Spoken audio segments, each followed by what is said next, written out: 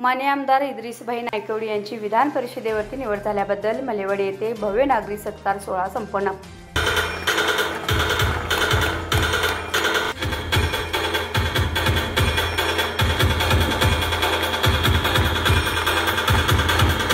धन्यवाद।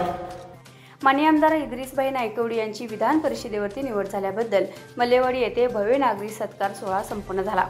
यावेळी मान्यवरांचा सत्कार मलेवाडी सरपंच विनायकदादा पाटील यांच्या हस्ते व इतर मान्यवर व्यक्तींच्या हस्ते करण्यात आला। यावेळी इद्रिसभाई नायकवडी म्हणाले, राजाराम बापू पाटील व वसंतदादा पाटील यांच्या आशीर्वादाने मला आज हे काम करण्याची संधी मिळाली। त्याचबरोबर अजितराव घोरपडे सरकार यांच्या मागे बोट धरून चालल्यामुळे मला ही संधी मिळाली आणि मी मिरज पूर्व भागाला कधीही विसरणार नाही असे ते म्हणाले। विधान परिषदेवर माननीय आमदार अजितदादा पवार यांनी मला संधी दिली, त्याच्या आनंद प्रत्यर्थ आयोजित केलेल्या सत्कार समारंभासाठी म्हणून उपस्थित असणारे आपल्या पूर्व भागाचे भाग्यविधाते आणि जवळजवळ राजाराम बापू पाटील यांच्या राजकीय कारकिर्दीपासून मी ज्यांना बघत आलो आणि राजाराम बापूंच्या मुशीत तयार झालेले काही हाताच्या बोटावर मोजणारे जे काही जिल्ह्यातली माणसं होती त्यातलं एक नाव हे म्हणजे आपले सरकार अजितराव घोरपडे।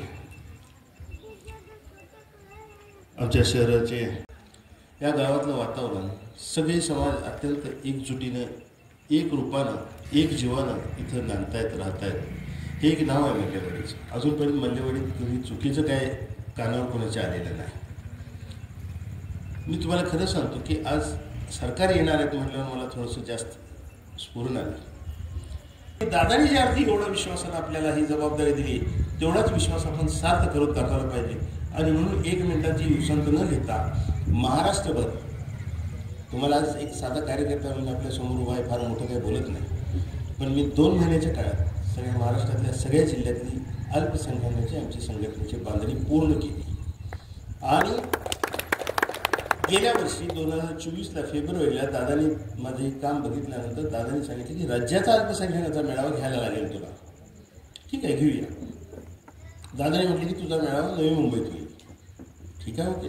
आता नवी मुंबईत होईल म्हणजे काय कुठेतरी करायचं ते नवी मुंबईत होईल आणि ज्यावेळेस नवी मुंबईची जागा दादानी मला सांगितली इथं मेळावा घ्यायचा आहे म्हणून ते एक्झिबिशन सेंटर म्हणून मोठी जागा आहे। मी गेलो की बाबा अरेंजमेंट काय काय करायची आहे काय बघायला म्हणून, तर बघितलं तिथल्या कॉन्ट्रॅक्टरला विचारलं इथली परिस्थिती काय आहे, एक लोक किती बसतात, तो मला खाली 15,000 लोक बसतात आणि वर 3,000 लोक बसतात म्हणजे 18,000 लोक बसतात आणि तुम्हाला मला आता आमदारकीची संधी द्या नाहीतर मला MLC करा, विधान परिषदेत आता राज्यपाल नियुक्तीचे विषय आहेत त्यात माझं कुठेतरी नंबर लावा। खरोखर बोललो नाही, हे बघा मंदिरापुढे उभा कुठं कशाला बोलायची। माझ्या डोक्यात काय होतं, स्थानिक स्वराज्य संस्थांच्या ज्यावेळेस हे निवडणुका होतील आणि त्यानंतर ती जी विधान परिषदेची निवडणूक लागेल त्यात आपण उभा राहूया आणि त्यातनं आपण जाऊया असं एक नियोजन माझं होतं। पण त्याच्या आधीच दादानी बरं मी सांगली जिल्ह्यातली आणि विशेषतः आमच्या पद्माकर जगदाळांनी नेते बघितलेले आहेत। एखाद्या कार्यकर्त्याला कोआप्ट नगरसेवक जरी करायचं असलं ना त्याला इरापाव दोराचिट्टी करायला लागतात।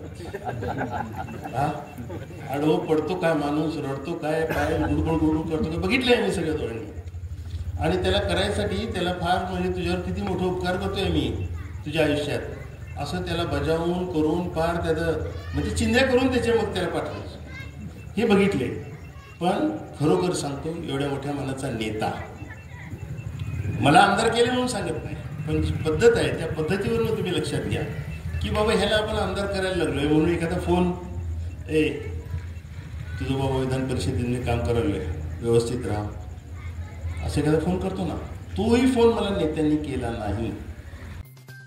यावेळी उपस्थित माननीय अजितराव घोरपडे, इद्रिसभाई नायकवडी, प्रताप नाना पाटील, पद्माकर जगदाळे, शंकरराव बापू गायकवाड, विनायकदादा पाटील, देवजी साळुंखे, अभय शिंदे, महादेव दबडे, दीपक करपे, दस्तगीर मुजावर, रावसाहेब दर्वे, ग्रामपंचायत सदस्य, सोसायटी चेअरमन, सदस्य व ग्रामस्थ मोठ्या संख्येने उपस्थित होते।